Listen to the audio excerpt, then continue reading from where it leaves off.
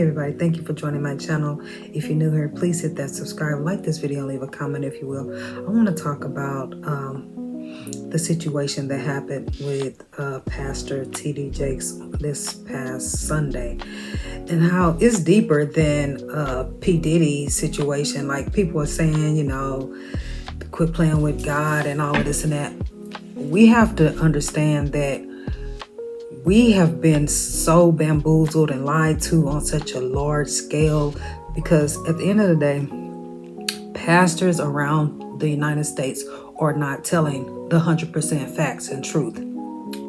Let's just start there. We have been brainwashed as children growing up in church and participating in these rituals and holidays and Thanksgiving and all of this stuff. We just been handed down these lies and all of this and that. So at the end of the day, you do reap what you sow. If a person is knowingly spreading false doctrine, I'm still a human being at the end of the day. So I'm just a spiritual being having a human experience. So when people profess to be pastors and preachers and teachers and stuff like that, and they are knowingly teaching false doctrine, and they know for a fact that they are lying to the masses, all for profit, is definitely going to be karma. You're going to be held responsible for that, because it's not that everybody is capable of sinning and falls short of the glory of God.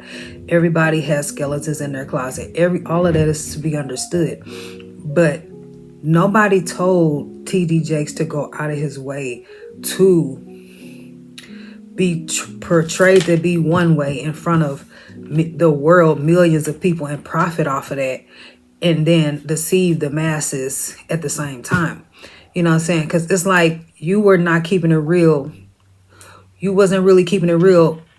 And then when people did, when the allegations came out about him being a power bottom or whatever, he talking about all I gotta do is pray to God and repent. Like, he was just so arrogant with his response to the allegations. It was not even like, he wasn't even serious. Like, he acted like it wasn't a real thing. Like, he just, it's like people like him and like Diddy and all these people that have millions and millions of dollars and who have been successful off of the people. The people have made these people rich and famous and successful. Yes, their gifts, their lies, or their deceit got them in a position to be able to fool the masses, blind the masses with their witchcraft, their spell work, and their false doctrine, and their hypnotism, and their magic and stuff. They put this magical spells they cast upon the congregation. All of these pastors put spells on a congregation and have them saying, yes, give your money, donate to charity, do this and do that, and you're going to be blessed if you give this amount of money, sow a seed, sow a seed, sow a seed, sow a seed, and all of this money. And they up here flying around in jets and driving Lamborghinis and Rolls Royces and stuff like that. And it's like, it's one of them things where people be like, well, there's nothing wrong with a pastor having a nice car. Yet there's nothing wrong with that, but are these pastors actually helping the people? No. It's a low-key scam, and that's what 9 times out of 10 it's game. It's because pastors do not have 100% authority to speak their own truth, to be able to teach people other than what the Christian faith has taught them to say. Jesus is white, and they have to have a American flag in one corner and a white Jesus up on the wall.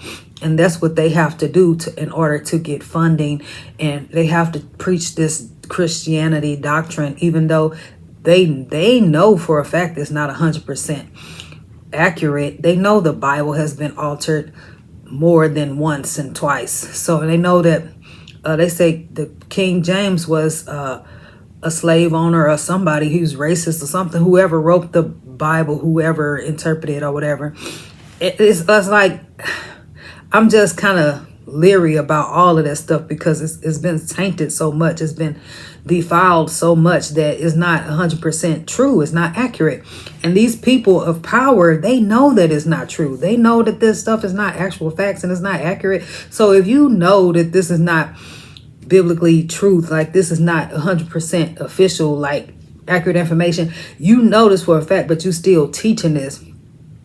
And then you want to say, if a person asks you is homosexuality a sin, you want to say, well, God forgives everybody. He you know, like, is it sin a sin? Or if stand on something. Like, don't be so wishy-washy with your doctrine. Like, if the Bible say it's an abomination, it's an abomination.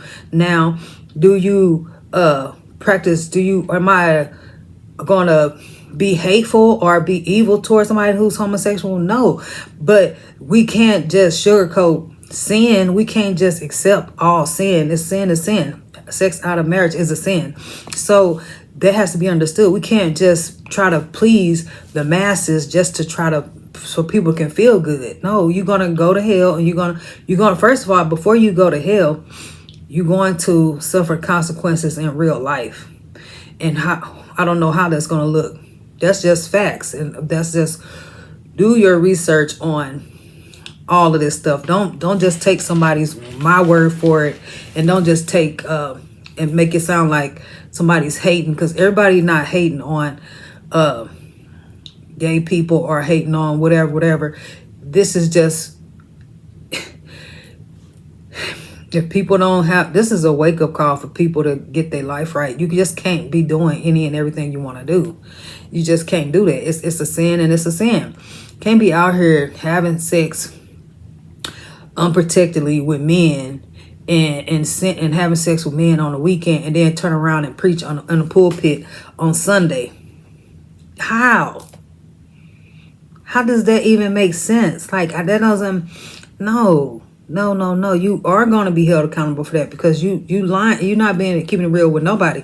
Like, nobody told you to get up there and portray to be one way when you really not that. Like, that's, I don't understand. Like, if you a human being just like everybody else, and you have whatever flaw, you still a work in progress or whatever, then go sit down and address your demons and heal yourself. Because how are you going to get up there and preach one word, but you living a completely different life behind closed doors? No, that's not okay.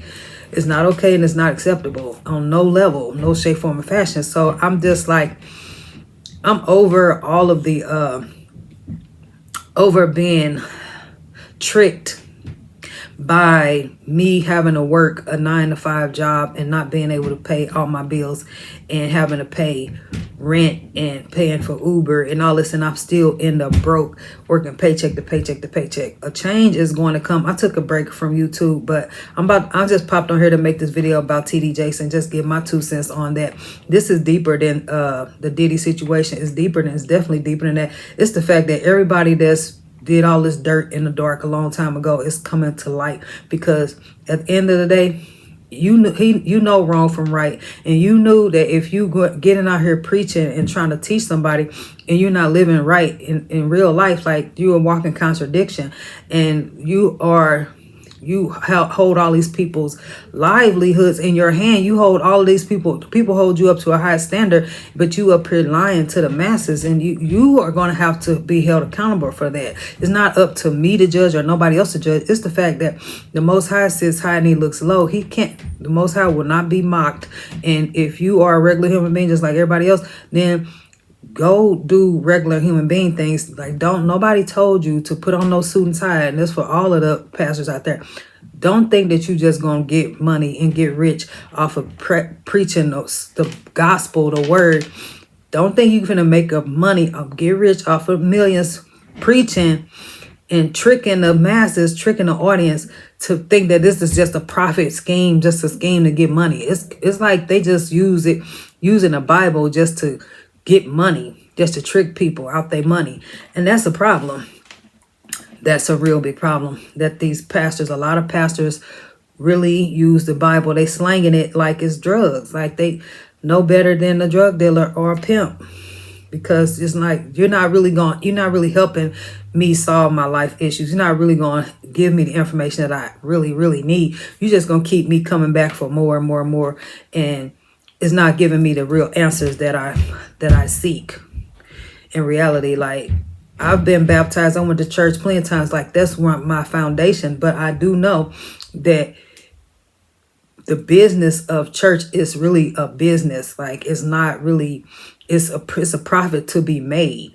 Like, it's really a thin line between being spiritual and for being business, professional. It's a thin line between being spiritual and being a profession. So none of those preachers are out here preaching for free and giving you something you actually can use for free. So no, they lying and scheming and conniving their way to the top, and they not keeping it real with everybody. And the truth is coming to light because they've been fooling the masses and tricking everybody out of their money, and that's the problem. That's not okay. So yes, we do all fall short of the glory of the Most High, but like I said, at the end of the day, nobody told T.D.Jakes to get on that stage and profess to be a man of God and a pastor and a bishop. And the whole time he was lying and misleading the people. And then on top of that, getting rich off of people. And so it's deeper than, like I said, deeper than a Diddy situation. This is not just a T.D.Jakes thing. This is for all people that claim to be pastors and ministers and all that. It's really a sticky subject, a sticky topic, because of course they want to be profited for if they don't have another job. But it's like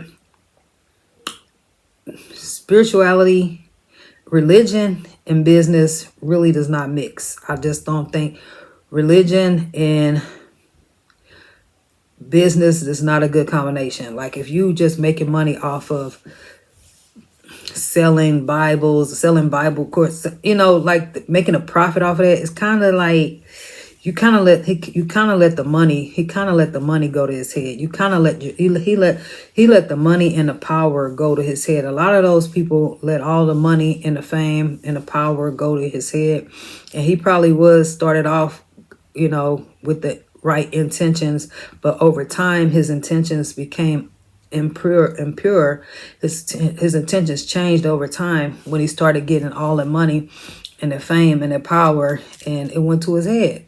Just like a lot of celebrities, once they get that money and that fame and that power, it goes to their head, and they forget why they actually really started in the first place. They forget where they came from. And I think that's what actually happened with T.D. Jakes. Or he probably was always in it for the money. People feel like, well, I know the Bible. I'm a good inspirational speaker. I'm a good motivational speaker. Let me use this as a tool to profit off of and gain support, notoriety off of this. I'm a good spokesperson, whatever. Like, that's why it's hard to be in a position like that and really be 100% true and authentic, because you still have to live your life right in real life. That's why I just can't see a person just being a pastor 24/7, 365 and think that they don't have their own stuff to deal with, especially when they have access to millions, hundreds of thousands of dollars and millions of dollars, like and going to parties and dancing on stage and hanging out with Diddy. And it looks a little suspicious, if I must say so myself. Anyway, I ain't gonna hold you out too long. Oh, back to, I'm gonna make another video about how I've been under a spell, and I'm waking up to my own realization that something has to change, and it has to change really quick and fast, with me not being able to have money, not being able to save money, and just working to pay rent and Uber. Yeah, something's got to change. Anyway, it's 2024 and it's about to be 2025, and we're going to start off on 2025 with our eyes wide open, and the veil is going to be completely removed, and we all going to be doing what's in our best interest on every level. I'm going to be doing everything in my best interest on every level. I'm not going to be concerned about going out of my way for nobody or nothing like that. I'm drawing all of my energy back, drawing all of my power back, calling all my power back, and minding the business that pays me and doing what's in my best interest. Anyway, remember to always keep the Most High first. Don't do nothing I wouldn't do. Assalamu alaikum, my sisters and brothers. Peace be upon you. Like this video, comment, share, and subscribe, and see you next time. Bye.